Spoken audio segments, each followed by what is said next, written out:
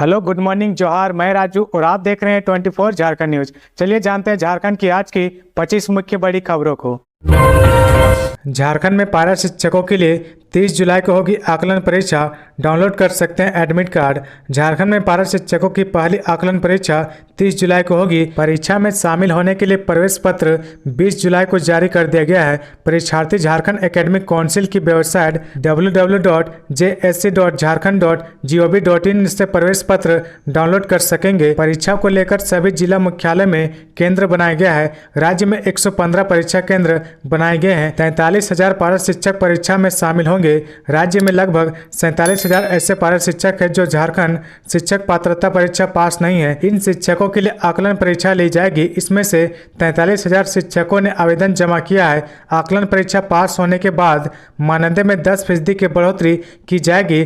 शिक्षकों के लिए आकलन परीक्षा में शामिल होना अनिवार्य है। शिक्षकों को परीक्षा में शामिल होने का 4 अवसर मिलेगा। शिक्षक अगर परीक्षा में शामिल नहीं होते हैं तो उनका एक अवसर समाप्त माना जाएगा। आकलन परीक्षा में सफल होने वाले शिक्षक के ही मानदेय में बढ़ोतरी होगी। रिम्स मैनेजमेंट और छात्रों के बीच तानातानी जारी। रिम्स निदेशक और डीन का किया घेराव। रिम्स प्रबंधन की ओर से एकेडमिक ईयर 2019-22 के बैच के स्टूडेंट को हॉस्टल खाली करने का आदेश दिए जाने के बाद से कैंपस में तानातानी का माहौल बना रहा। मंगलवार को रिम्स हॉस्टल में मेडिकल छात्रों के 2 गुटों के बीच मारपीट के बाद हॉस्टल खाली करने का आदेश दिया गया था। गुरुवार शाम 7 बजे तक हॉस्टल खाली करने को कहा गया था, लेकिन अपनी कई परेशानियों को लेकर छात्र इसका विरोध कर रहे थे। इसी मामले को लेकर आक्रोशित छात्रों ने रिम्स निदेशक डॉक्टर आर.के. गुप्ता को घेर लिया। सुरक्षा में तैनात जवानों ने काफी मशक्कत के बाद उन्हें बाहर निकाला, जबकि डीन स्टूडेंट डॉक्टर शिवप्रिय को प्रशासनिक भवन में घेरे रखा। बाद में छात्रों को समझाया गया। झारखंड के सीएम हेमंत सोरेन ने मणिपुर की घटना को देश का काला अध्याय बताया। पीएम मोदी पर भी कसा तंज। झारखंड के मुख्यमंत्री हेमंत सोरेन ने मणिपुर में 2 आदिवासी महिलाओं के साथ हुई घटना की घोर निंदा करते हुए कहा कि यह घटना देश के इतिहास में काला अध्याय के रूप में दर्ज किया जाएगा। झारखंड मुक्ति मोर्चा के कार्यकारी अध्यक्ष ने कहा कि 80 दिनों से मणिपुर में अराजकता की स्थिति बनी हुई है। कल एक ऐसा दृश्य सामने आया जिसको बयान नहीं किया जा सकता है। जब लोकसभा का सत्र शुरू हो रहा तब जाकर हमारी केंद्र की सरकार ने चुप्पी तोड़ी है। सीएम हेमंत सोरेन ने आगे कहा कि केंद्र सरकार ने चुप्पी भी कैसी तोड़ी है उसे आप देख रहे हैं और पूरी दुनिया देख रही है। उन्होंने प्रधानमंत्री नरेंद्र मोदी पर तंज कसते हुए कहा कि बहुत ही दुर्भाग्य की बात है कि एक और आप देश को विश्व गुरु बनाने चले हैं। आप देश के सर्वांगीण विकास की बात करते हैं। दुनिया के अलग अलग देशों में आपका भव्य स्वागत होता है, लेकिन आपके अपने ही देश में राज्यों के अंदर गृह युद्ध छिड़ा हुआ है। आगे बढ़ने से पहले अगर अभी तक आपने इस चैनल को सब्सक्राइब नहीं किया तो प्लीज सब्सक्राइब कर ले, जिससे आपको झारखंड की हर छोटी से बड़ी खबर की अपडेट आप तक पहुंचता रहे। झारखंड में पहली बार एक साथ 26,001 शिक्षकों की होगी बहाली। 8 अगस्त से करे आवेदन। राज्य के प्रारंभिक विद्यालयों में स्नातक व इंटर प्रशिक्षित सहायक आचार्य के 26,001 पदों पर नियुक्ति की जाएगी। झारखंड कर्मचारी चयन आयोग की ओर से झारखंड प्रशिक्षित प्राथमिक शिक्षक संयुक्त प्रतियोगिता परीक्षा 2023 के तहत ऑनलाइन आवेदन आमंत्रित किया गया है। निर्धारित न्यूनतम शैक्षणिक अर्हताधारी प्रशिक्षित व टेट उत्तीर्ण अभ्यर्थी 8 अगस्त से लेकर 7 सितंबर तक ऑनलाइन आवेदन कर सकते हैं। 9 सितंबर की मध्य रात्रि तक परीक्षा शुल्क का भुगतान किया जा सकेगा। फोटो व हस्ताक्षर अपलोड कर आवेदन पत्र का प्रिंट आउट लेने के लिए 11 सितंबर की मध्य रात्रि तक लिंक उपलब्ध रहेगा। 13 सितंबर से लेकर 15 सितंबर की मध्य रात्रि तक ऑनलाइन आवेदन पत्र में अभ्यर्थी का नाम, जन्मतिथि, ईमेल आईडी व मोबाइल नंबर को छोड़कर किसी भी अशुद्ध प्रविष्टि को संशोधित करने के लिए पुनः लिंक उपलब्ध कराया जाएगा। विज्ञापन के अनुसार परीक्षा शुल्क 100 रुपये है। झारखंड के एसटी व एससी के लिए परीक्षा शुल्क 50 रुपये है। राज्य के 40% या उससे अधिक दिव्यांग अभ्यर्थियों को परीक्षा शुल्क में छूट अनुमान्य है। सीएम हेमंत सोरेन का बड़ा ऐलान। झारखंड में प्रतियोगी परीक्षा का पर्चा लीक किया तो होगी 10 साल की सजा। मुख्यमंत्री हेमंत सोरेन ने कहा कि पहले परीक्षाओं के रिजल्ट आने में वर्षों लग जाते थे, लेकिन अब सरकार रिकॉर्ड दिनों में जेपीएससी में युवाओं को नियुक्ति दे रही है। पहले जो भी वैकेंसी निकलती थी उनका कोई ना कोई क्वेश्चन पेपर लीक कर दिया जाता था और परिणाम प्रकाशित नहीं होता था। झारखंडी युवाओं के सपनों की कोई हकमारी ना करे, इसलिए अब आपकी सरकार सख्त कानून बनाने जा रही है जो जो पेपर लीक करेगा उसे 10 साल के लिए जेल में डाल दिया जाएगा। वे बुधवार को केबी हाई स्कूल डुमरी के मैदान में आयोजित विभिन्न योजनाओं का शिलान्यास, उद्घाटन एवं परिसंपत्तियों के वितरण कार्यक्रम में बतौर मुख्य अतिथि बोल रहे थे।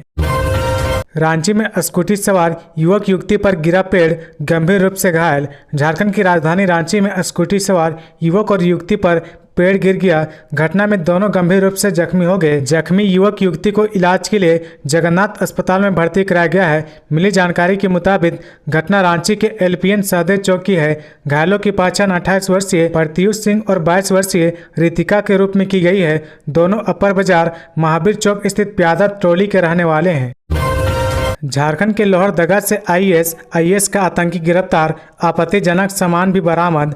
झारखंड के लोहरदगा जिले से आईएस का आतंकी गिरफ्तार किया गया है। सूत्रों के हवाले से मिली जानकारी के मुताबिक गिरफ्तार किए गए आतंकवादी के पास से पुलिस ने कई आपत्तिजनक सामान भी बरामद किए हैं। मिली जानकारी के अनुसार राष्ट्रीय जांच एजेंसी, खुफिया एजेंसी और दिल्ली पुलिस की संयुक्त कार्रवाई में इस आतंकवादी को गिरफ्तार करने में सफलता मिली है। लोहरदगा से गिरफ्तार किए गए आईएस आतंकी की पहचान फैजान अंसारी के रूप में की गई है। गुरुवार को गिरफ्तारी के बाद आतंकी फैजान अंसारी को रांची के एनआईए कोर्ट में पेश किया गया। झारखंड में बांग्लादेशी घुसपैठ पर केंद्र देगा जवाब, हाईकोर्ट से मांगा समय। बांग्लादेश से झारखंड में हो रहे घुसपैठ पर जवाब दाखिल करने के लिए केंद्र सरकार ने हाईकोर्ट से समय मांगा है। बुधवार को केंद्र सरकार की ओर से बताया गया कि अदालत के आदेश के आलोक में जवाब अभी तक दायर नहीं हो सका है, इसके लिए समय चाहिए। इस पर अदालत ने केंद्र सरकार को 5 सप्ताह में जवाब दाखिल करने का निर्देश देते हुए सुनवाई 6 सितंबर को निर्धारित की है। राज्य सरकार की ओर से बताया गया कि फिलहाल पाकुड़ में 100 से ज़्यादा मदरसे हैं। इस वर्ष संथाल इलाके में धर्म परिवर्तन का सिर्फ एक मामला सामने आया है। बता दें कि इस संबंध में डेनियल दानिश ने जनहित याचिका दायर की है। याचिका में कहा गया कि संथाल परगना के वैसे जिले जो बांग्लादेश से सटे हुए हैं, उनमें बांग्लादेश के प्रतिबंधित संगठन सुनियोजित तरीके से झारखंड के आदिवासी समाज की लड़की से शादी कर उनका धर्म परिवर्तन करा रहे हैं। इसे रोका जाना अनिवार्य है। पिछले कुछ वर्षों में संथाल परगना के बांग्लादेश की सीमा से सटे हुए जिलों में अचानक मदरसों में बढ़ोतरी हुई है। सीएम हेमंत सोरेन ने कहा, झारखंड में बनेगा स्ट्रॉन्ग हेल्थ सर्किट, सभी जिला अस्पतालों में हेल्थ केयर सर्विसेज करे शुरू। झारखंड के मुख्यमंत्री हेमंत सरकार इन दिनों विभिन्न विभागों के कार्यों की समीक्षा कर रहे हैं। इसी कड़ी में गुरुवार 20 जुलाई 2023 को स्वास्थ्य, चिकित्सक, शिक्षा और परिवार कल्याण विभाग की उच्च स्तरीय समीक्षा बैठक में अधिकारियों को कई अहम निर्देश दिए हैं। उन्होंने कहा कि इसके लिए जो भी संसाधन की जरूरत होगी सरकार उसे मुहैया कराएगी। साथ ही कहा कि राज्य में स्ट्रॉन्ग हेल्थ सर्किट बनाने के लिए सरकार प्रतिबद्ध है। यहाँ के अस्पतालों में जांच और इलाज की बेहतर और आधुनिक सुविधा सुनिश्चित की जाए ताकि मरीजों को दूसरे राज्यों के बड़े अस्पतालों का रुख नहीं करना पड़े। मुख्यमंत्री ने कहा कि सभी प्रमंडल के सदर अस्पतालों में इलाज और जांच की अत्याधुनिक सुविधाओं से युक्त 24/7 हेल्थ केयर सर्विसेज शुरू करने का निर्देश दिया है। इसकी शुरुआत दुमका से होगी। 300 बेड की क्षमता वाले इस अस्पताल में विशेषज्ञ चिकित्सकों के साथ साथ जांच इलाज के सभी अत्याधुनिक संसाधन होंगे, सर्विसेज होंगी। यहाँ सभी चिकित्सक और पारस मेडिकल कर्मियों की शिफ्ट में ड्यूटी लगाई जाए ताकि मरीजों को किसी तरह की परेशानी नहीं हो। कस्तूरबा गांधी बालिका विद्यालय व झारखंड बालिका आवासीय विद्यालय में 1237 छात्रों के नामांकन पर लगी मोहर। रांची जिले के कस्तूरबा गांधी बालिका विद्यालय एवं झारखंड बालिका आवासीय विद्यालय में छात्राओं के नामांकन को लेकर रांची डीसी राहुल कुमार सिन्हा की अध्यक्षता में जिला स्तरीय समिति की बैठक आयोजित की गई। शैक्षणिक सत्र 2023-24 में कस्तूरबा गांधी बालिका विद्यालय एवं झारखंड बालिका आवासीय विद्यालय में कुल 1237 बालिकाओं के नामांकन पर सहमति बनी है। इस दौरान बिरहोर बालिकाओं के नामांकन पर विशेष जोर दिया गया। रांची के उपायुक्त राहुल कुमार सिन्हा ने सभी चयनित बालिकाओं को नामांकन होने पर बहुत बधाई दी एवं बेहतर भविष्य के लिए शुभकामनाएं दी। आपको बता दें कि शैक्षणिक सत्र 2023-24 में कस्तूरबा गांधी बालिका विद्यालय एवं झारखंड बालिका आवासीय विद्यालय में नामांकन के लिए खलारी, बुंडू, अनगढ़ा एवं कांके प्रखंड की बिरहोर बालिकाओं पर विशेष जोर दिया गया है। 17 अगस्त को होगी प्रदीप यादव मामले की सुनवाई। महिला के साथ यौन शोषण मामला। हाईकोर्ट ने दुमका के एमपी एमएलए कोर्ट में चल रही सुनवाई पर रोक रखी बरकरार। झारखंड हाईकोर्ट के पोड़ैया हाट से कांग्रेस के विधायक प्रदीप यादव के महिला के साथ यौन शोषण मामले की सुनवाई हुई। यह सुनवाई न्यायमूर्ति नवनीत कुमार की कोर्ट में हुई। सुनवाई में हाईकोर्ट ने दुमका की एमपी एमएलए कोर्ट में इस मामले से संबंधित चल रही कार्रवाई पर रोक जारी रखी। कोर्ट ने मामले की विस्तृत सुनवाई के लिए 17 अगस्त की तारीख निर्धारित की है। इससे पहले हाईकोर्ट में इस मामले में सुनवाई हुई थी, तब कोर्ट ने पीड़िता को नोटिस जारी कर जवाब मांगा था। मामले में सूचक की ओर से जवाब दाखिल कर दिया गया। गुरुवार की सुनवाई में सूचक की ओर से अधिवक्ता गौतम कुमार, विनोद कुमार साहू ने पैरवी की, वहीं प्रार्थी की ओर से अधिवक्ता ललित यादव ने बहस किया। 1 अगस्त से होगी मैट्रिक इंटर की कंपार्टमेंटल परीक्षा। झारखंड एकेडमिक काउंसिल ने जारी किया शेड्यूल। 8वीं बोर्ड की स्पेशल परीक्षा भी होगी। झारखंड एकेडमिक काउंसिल मैट्रिक और इंटर कंपार्टमेंटल परीक्षा का शेड्यूल जारी कर दिया है। इसके साथ ही 8वीं बोर्ड में फेल हुए बच्चों के लिए स्पेशल परीक्षा लेने की भी बात कही है। 8वीं बोर्ड की स्पेशल परीक्षा का शेड्यूल जारी किया गया है। मैट्रिक और इंटर की कंपार्टमेंटल परीक्षा 1 अगस्त से शुरू हो रही है। मैट्रिक कंपार्टमेंटल परीक्षा 5 अगस्त और इंटर की कंपार्टमेंटल परीक्षा 8 अगस्त तक होगी। झारखंड एकेडमिक काउंसिल ने दोनों ही परीक्षाओं की टाइमिंग की भी घोषणा कर दी है। दोनों ही परीक्षा 2 पाली में ली जाएगी। पहली पाली सुबह 9:45 से शुरू होकर 1:05 तक चलेगी। दूसरी पाली की परीक्षा दोपहर 2 बजे से शुरू होगी, जो 5:20 तक चलेगी। एक्शन में आया झारखंड का उत्पाद विभाग। रेवेन्यू में कमी और एमआरपी से अधिक दर पर शराब बेचने की लगातार मिल रही थी शिकायत। 51 पदाधिकारियों का किया तबादला। झारखंड सरकार का उत्पाद विभाग एक्शन में है। रेवेन्यू में लगातार कमी और एमआरपी से अधिक कीमत पर शराब बेचने की विभाग को मिल रही थी शिकायत के बाद 51 अधिकारियों का तबादला कर दिया गया है। बताया जा रहा है कि जिन 51 पदाधिकारियों का ट्रांसफर किया गया है, उनमें आधे से अधिक ऐसे थे जिनका उनके जिले में तूती बोलती थी। विभागीय सूत्रों के मुताबिक कई अधिकारी लंबे समय से एक ही जगह पदस्थापित थे। आम लोगों के बीच से लगातार शिकायत मिलने के बाद विभाग ने रिव्यू किया। इस रिव्यू में कई बातें सामने आई, जिसके बाद विभाग ने 34 अवर निरीक्षक उत्पाद व 17 सहायक अवर निरीक्षक उत्पाद का ट्रांसफर कर दिया है। पीएम और होम मिनिस्टर का पुतला जलाया। बेटी पढ़ाओ बेटी बचाओ की नारा देने वाली भाजपा यह बताए कि क्या इस तरह से बचेगी बेटियां, बोले राजेश ठाकुर। मणिपुर में महिलाओं के साथ हुई अवमाननीय एवं शर्मनाक घटना के खिलाफ प्रदेश कांग्रेस कमेटी ने राजधानी रांची के अल्बर्ट एक्का चौक पर प्रधानमंत्री नरेंद्र मोदी और गृह मंत्री अमित शाह का पुतला फूंका, जहां प्रदेश कांग्रेस कमेटी के अध्यक्ष राजेश ठाकुर ने कहा कि यह अत्यंत शर्मनाक और निंदनीय है। 21वीं सदी में भी एक महिला के साथ इस तरह की बर्बरता की जाती है। उन्होंने कहा कि इस तरह की घटना भाजपा शासित प्रदेशों में ज़्यादा घट रही है। उन्होंने कहा कि मणिपुर की इस घटना सिर्फ मणिपुर ही नहीं, पूरे भारतवर्ष को शर्मसार किया है। उन्होंने कहा कि बेटी पढ़ाओ बेटी बचाओ की नारा देने वाली भाजपा यह बताए कि क्या इस तरह से बेटियां बचेंगी। उन्होंने कहा कि मोदी सरकार ऑल इज वेल का दिखावा कब बंद करेगी, मणिपुर के मुख्यमंत्री को कब हटाया जाएगा।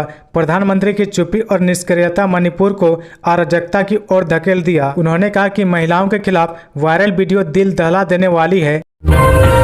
हजारीबाग के चौपारण में डॉक्टर तौसीफ आलम के क्लिनिक में गोलीबारी, रंगदारी की मांग को लेकर छोड़ा पर्चा। हजारीबाग जिले के चौपारण प्रखंड अंतर्गत महाराजागंज चौक के पास रहने वाले डॉक्टर तौसीफ आलम के क्लिनिक पर अपराधियों ने करीब 20 मिनट तक गोलीबारी किया। इस गोलीबारी में क्लिनिक के सामने खड़ी कार क्षतिग्रस्त हो गई। इस दौरान क्लिनिक के पास रंगदारी की मांग संबंधी पर्चा भी छोड़ा गया है। अपराधियों की इस गोलीबारी के बाद चिकित्सक डॉक्टर तौसीफ आलम के परिवार वाले घर से बाहर निकले। बाहर आते ही कार की ओर नजर पड़ी तो कार का शीशा टूटा पाया। इसके बाद गुरुवार की दोपहर डॉक्टर के मोबाइल फोन पर कॉल आया। फोन करने वाला खुद को सरकार गिरोह की बात बताते हुए रात में हुई गोली चलाने की जिम्मेवारी ली, साथ ही लेबी की भी मांग की गई। अपराधियों ने डॉक्टर से लेबी कहां देना है इसकी सूचना फोन पर देने की बात कही।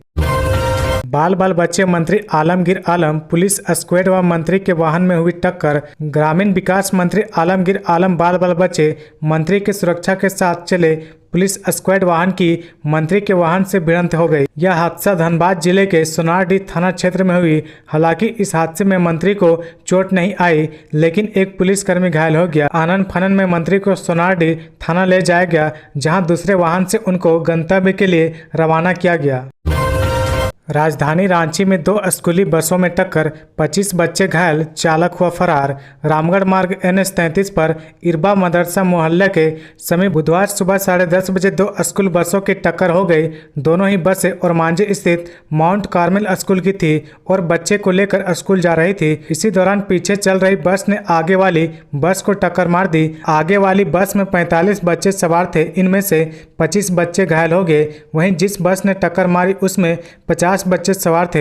हादसे के तुरंत बाद स्थानीय लोगों और बस में सवार बच्चों के अभिभावकों की भीड़ जमा हो गई। सूचना पाकर स्कूल के डायरेक्टर फादर मैथ्यू भी घटनास्थल पर पहुंचे। उनकी निगरानी में सभी घायल बच्चों को तत्काल इरबा स्थित क्यूरेस्टा ग्लोबल अस्पताल ले जाया गया, जहां उनका इलाज किया गया। अस्पताल के डॉक्टर आसिफ अहमद के अनुसार किसी भी बच्चे को गंभीर चोट नहीं आई है और सभी खतरे से बाहर है। प्राथमिक उपचार के बाद सभी बच्चों को घर भेज दिया गया। चोटिल बच्चे के माता पिता स्कूल प्रबंधन से दोषी बस चालक के खिलाफ कार्रवाई करने की मांग कर रहे थे। तो ये थी आज की झारखंड की टॉप बड़ी खबरें। इसी तरह झारखंड की हर छोटी सी बड़ी खबर देखने के लिए आप हमारे चैनल 24 झारखंड न्यूज को सब्सक्राइब करके बेल आइकन प्रेस कर ले, जिससे आपको झारखंड की हर छोटी सी बड़ी खबर की अपडेट आप तक पहुंचता रहे। तो आज के लिए बस इतना ही। हमें दीजिए इजाजत, फिर मिलते हैं नेक्स्ट न्यूज में।